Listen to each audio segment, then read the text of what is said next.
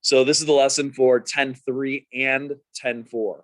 What you're going to be doing today is determining percentages and probabilities from different charts and data and graphs and the double bar graph, the stack bar graph. You're going to be answering questions from those specific things. So this first one says a small school offers 3 classes as shown below. The Dean of Students surveyed 92 total students. Notice that our number here in the corner. Remember, that is the total surveyed. So 92 total students were surveyed. And to find out how students are doing academically in each of the classes offered. So there's 3 different classes here, and there are 5 different letter grades. So looking at question number 1, it says, how many students got a C in journalism? So you have to go, journalism is the second row and the letter C. We're seeing where they come together. They come together right here. So there are 4 students that got a C in journalism. Which class had the most number of A's? Well, so that means we're looking at this column. All right, we have 7, 8, and 15. It asks which class had the most amount of A's. So that would be this one, which is cinematography. Oh, how many students passed computer programming? Passed computer programming. Now, sometimes they're not just going to be one little box that you're looking at. Passing computer programming would be getting, excuse me, an A, a B, a C, or a D. So passing computer programming, we're looking at these right here. So 7 plus 13 plus 12 plus 1. How many total students passed it? It would be 33. What does the circled number represent? Well, the circled number is this one that we're looking at right here. That circled number, that means that there were 9 students that got a B in cinematography. So 9 students got a B in cinematography. That's some of the types of questions that you're going to be asked. Here is the next type of question. Now, these, unlike the previous one that dealt with actual numbers of things, these are dealing with percentages. Now, the way that you find a percent is the same way that we found it the other day when we were doing the two-way tables. You are going to do the part divided by the total. So whatever number you have divided by the total, that's going to give you a decimal. And then whatever you get for that decimal, you need to move that decimal place 2 places to the right to make it into a percent. Or you can multiply it by 100. But it's the part divided by the total equals your decimal, and then move it over 2 places. So question number 1 says, what percentage of students in computer programming got an A? So now you have to be careful. We're not always going to divide by our total surveyed. We're not always going to divide by 92. It depends on what the question actually says. Now, this one says what percentage of students in computer programming. So we are only looking at this row. That's the only row that we're looking at. We're not looking at any of that other stuff. So what percentage of students in computer programming got an A? Well, it would be 7 out of 35 total students. Notice that it's not out of the total surveyed, which was 92.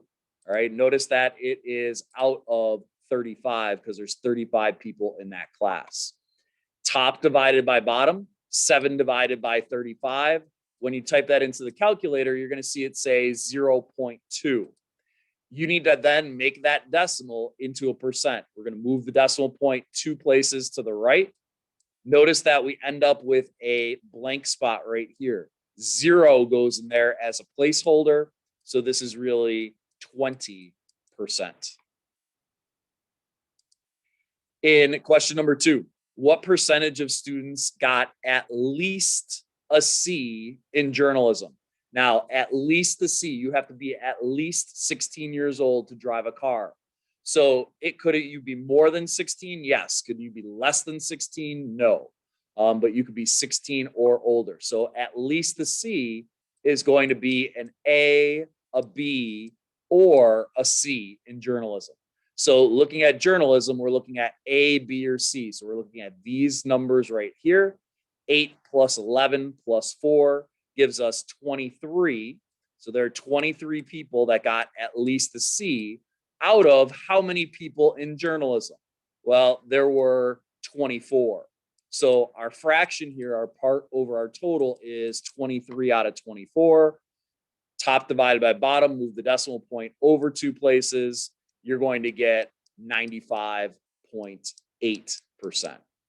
Different questions might say to round to different things. I rounded this one to the nearest 10th. What percentage of students got an A or a B in their class? Got an A or a B. So how many total people got A's or B's? Well, there were 30 plus 33. 30 plus 33 is 63 total people out of how many? All right, out of 92. So 63 out of 92. Top divided by bottom, move your decimal point over 2 places. You're going to end up with 68.5%. What percent of students failed? Well, there were only 2 students that failed out of the whole survey. So 2 out of 92. Now notice it didn't say how many failed out of computer programming. It didn't say how many failed out of journalism. So it's talking about the whole entire survey this time. That's why it's out of 92. 2 out of 92 ends up being 2.2% when you divide and then move the decimal point over. So you just need to be careful. All right. You just need to be careful of what you're doing. The next one, this is super, super important. You definitely will have this on your homework. You definitely will have this on your test later on this week. All right. So when we take a look at this one, and they love these questions on the Regents exam too. So what we're going to be doing is we're going to be finding, based on the data in the table, we're going to be making an estimate on the number of students of whatever the scenario is. So let's say if there are 650 total students in the building, all right, if there are 650 total students taking 1 out of 3 classes above, use the survey results to predict the following. What we're going to do is, if you look in this upper right-hand corner, what we're going to do is we are going to set up a proportion. The part over the total equals part over the total. We're then going to cross multiply and divide to solve it. So this one says, how many of the total student population probably got an A? How many out of the total population probably got an A? Well, let's take a look at the survey first. How many got an A in the survey? There were 30 out of how many? There are 30 out of 92. So that's the first half of our proportion. 30 out of 92 equals, this is always going to be an X right here, out of how many total people that we're looking at. So we're going to make an estimate if there are actually 650 people in the building. We surveyed 92, but let's say that in the whole building, there were 650. So we're only sampling a small number in our survey, and we're making an estimate for a bigger amount. When you see survey results like on the news, or if you're reading a Yahoo article or CNN article or something like that, and they're talking about a percentage of the population getting this or this, they're actually estimating. They didn't look at every single person. They surveyed a small cluster of people and then did an estimate from that amount. All right. Even if we're talking about like who you're going to vote for or something like that. When they're before the election, they're talking about estimates. All right. They didn't go through and survey every single person in America. They surveyed a small amount, and then they're blowing up the survey, making it bigger by doing a little estimate. That's what we're doing here as well. So what we want to do with this proportion now is we want to cross multiply and then divide to solve. So when we cross multiply, we multiply going diagonally. So we're going to go 92 times x, which is 92x. And then we're going to cross multiply the other way as well and do 30 times 650. 30 times 650 is 19,500. So we're going to cross multiply and then we're going to divide. This is just a one-step equation. Divide by 92, divide by 92. Top divided by bottom, those canceled out, those 92. So bring down your x, bring down your equal sign. 19,500 divided by 92 is approximately, and we're rounding to the nearest whole number here, is approximately 212 people. So we're actually, if you think back to the previous chapter, we're extrapolating our data. There are only 92 people surveyed. We want to know if those percents held true, how many people would there be out of 650? Now, this is one way to do it by setting up a proportion. A lot of times on the Regents exam, they'll have a question like this and it'll be multiple choice. They'll have 4 different proportions set up and you have to choose the correct one. All right. But there is another way to do it. You could take your 30 out of 92, make that into a percent. So as a decimal, it's really 0.32608, blah, blah, blah, blah, blah, blah, blah. So it's really approximately 32.6%. Multiply that by 650, and you'd get the same thing. You'd get approximately 212 when you round to the nearest student. All right. But I would like you to do it this way, where you're setting up a proportion. That's how your homework is set up as well. It's just a little bit easier because they do that on the Regents exam. So let's take a look at this next one. How many of the total student population probably got a C or a D? So C or D, there are 27 C's and D's out of the 92 surveyed, equals X out of, we're still using this 650 number. So out of 650. So if the population had 650 people instead of just the 92 surveyed, how many would get a C or a D? Cross multiply. 92 times X is 92X. Cross multiply. 27 times 650 is 17,550. And then divide. Divide by 92. Divide by 92. Those cancel out. Rounded to the nearest student, nearest whole number, because we're talking about number of students, that would be approximately 191 if we had a population of 650 instead of 92. Now, again, could you do this a different way? Sure. You could do 27 divided by 92, get your decimal, and then multiply by 650. Works the same way. Let's take a look at question number 3.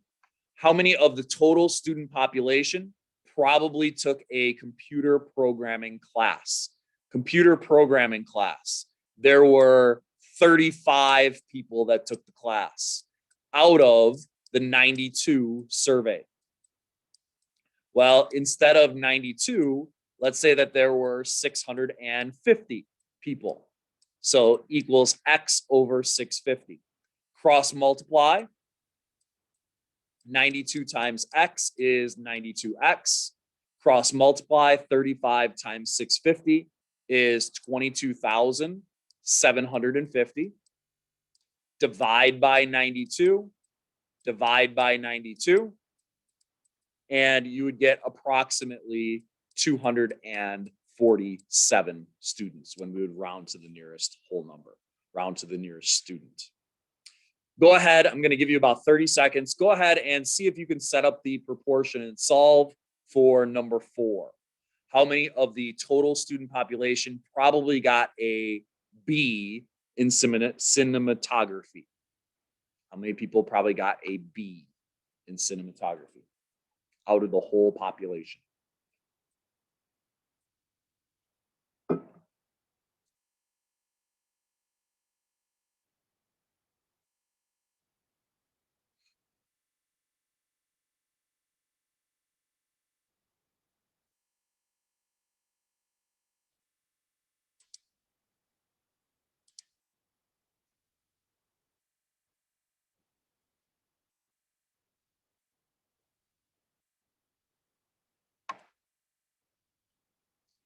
A B in cinematography is 9 people. So 9 out of the 92 surveyed got a B in cinematography.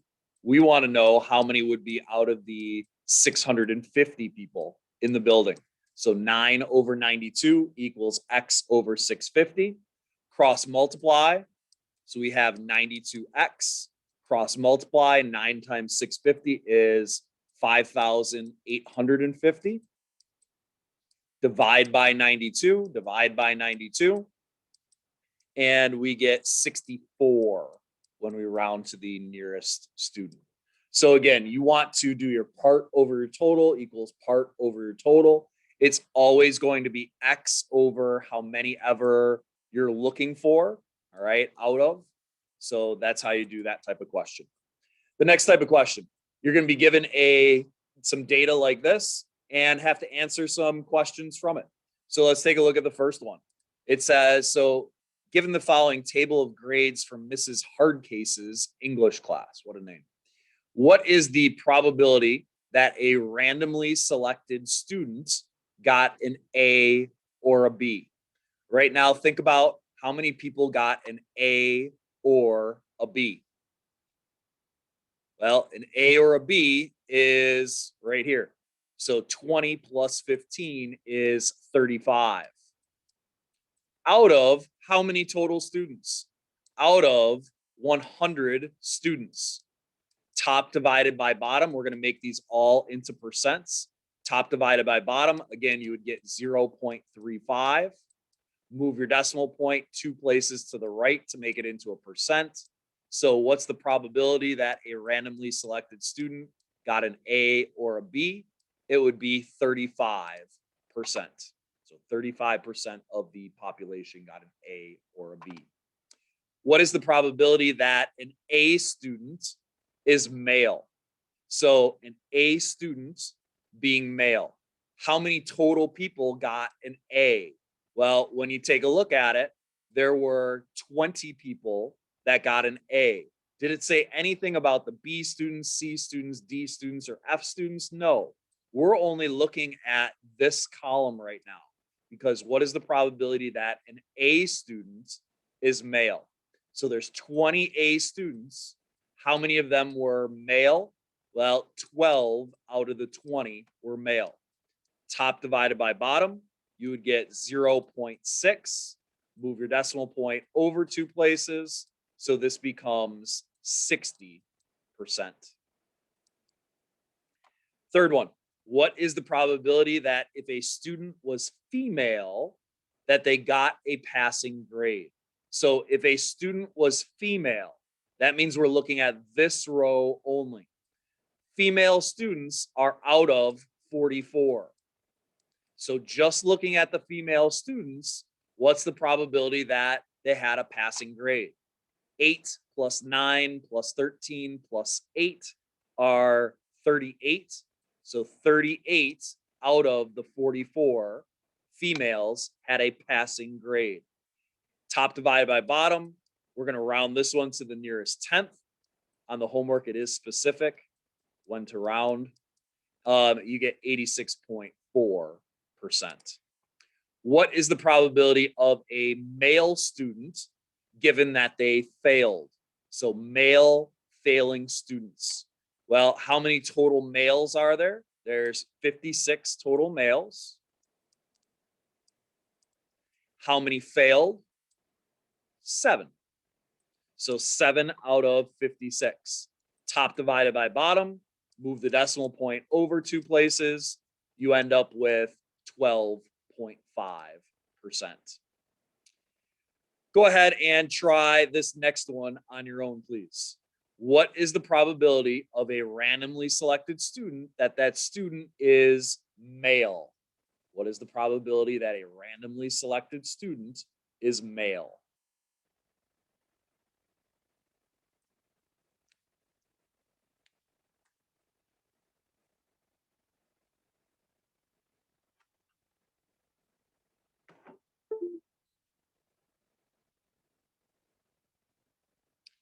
So males, there are 56 out of the 100.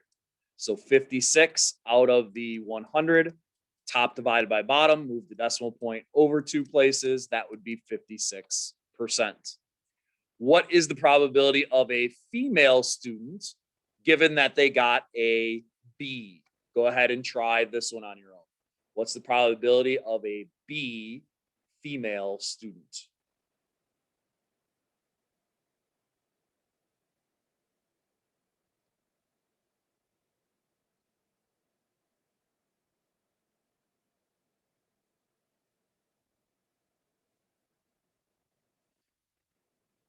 There are 44 females. So out of 44, out of just the females, what's the probability that they got a B?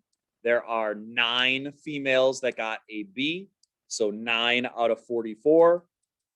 We're going to round to the nearest tenth of a percent, and we would get 20.5. What is the probability of a student a randomly selected student passing the class? Well, passing the class would be A, B, C, or D. So we have to add up these totals across the bottom. You get 87 out of 100 total. So sometimes, which it would be 87%. So sometimes you're only going to look at a specific row. Sometimes you're only going to look at a specific column. Sometimes you're going to look at the whole thing. All right, you really have to stop and read the question. Take a look at the next one. We're going to look at a double bar graph. This is actually a quadruple bar graph. All right, so we have different types of juice, and then we have some different foods that go with it. All right, and notice that this is not percentages going up. This is the number of customers going up. So how many total people ordered apple juice? Well, the way that I would do this is whenever I have a bar graph like this, I actually like to go through and sort of write what the number is, what they are. So there's really 50 people that had apple juice, bacon, and eggs. There's really 40 people that had apple juice and pancakes. There's really 10 people who had waffles and apple juice. There's really 25 people who had cereal and apple juice. For orange juice, there's really 45 OJ, bacon, and eggs. There's really 30 pancakes and OJ. There's really 20 waffles and OJ. And there's really 25 cereal and OJ. So how many total people ordered apple juice? 50 plus 40 plus 10 plus 25. All 4 of these bars are apple juice. So when we add those together, you would get 125. How many more people ordered apple juice with pancakes? So apple juice, pancakes, we're looking at this number, 40. How many more people ordered apple juice with pancakes compared to orange juice with pancakes? Orange juice with pancakes would be that number. So how many more? You would have to subtract the 2 numbers. So 10 more people ordered apple juice and pancakes. Which meal is the least popular? Which meal is the least popular? Well, which meal, all right, if they wanted very specifically, all right, the lowest one specifically would be waffles and apple juice. But if they're just talking the food items, you might have to add together the 2 choices. You might have to add together your 50 and 45, 40 and 30, 10 and 20, 25 and 25 if they're just talking food items. But this question isn't very specific. I would say waffles with apple juice would be the least popular meal. Overall, which food item is the lowest? The food item would also be waffles because there's only 30. How many total people ordered cereal? 25, 25. So this would be 50. One more slide, taking a look at a stacked bar graph. Now, yesterday we talked about how these aren't always percentages. They were percentages or decimals on your homework. This stack bar graph is actual numbers, all right? So remember, you'll have a combination of both. So this one says, which vending machine sells the most items? So if you're looking for the vending machine that sells the most items, that would be the overall highest bar. So this one would be C. Which vending machine sells the fewest granola bars? Now, granola bars are sort of this gray, solid gray color. So which vending machine sells the fewest? That means we're looking for the smallest granola bar one. So we're looking at this one, this one, this one, and this one. Which one is the smallest? That would be D. That is definitely the smallest. How many granola bars are sold from all of the machines? Now, this one gets a little bit weird. All right. When we take a look at it, a solid block, right? A block, 2 blocks going up are 25. Or sorry, yeah, 2 blocks going up are 25. So we would have 25 from here, another 25, another 25, another 25, another 25, and then we have these two, which are another 25. Adding all of those up, there are 12 total blocks, so it would be 150 because each set of 2 blocks, according to our scale on the side, each set of 2 blocks are 25. So they would be 150 total. How many more granola bars are sold from B compared to A? B, we're looking at this little section. All right, we have 4 going up, so that's really 50 granola bars. Compared to A is 2 blocks high, so that's really 25. 50 minus 25 is 25 more. I think the hardest part about this is just really focusing in and deciding what you're really looking at. In these ones specifically, these are hard to figure out sometimes, whether you're looking at the whole picture of things or just a row or just a column. All right, you really have to stop and read the questions. All right.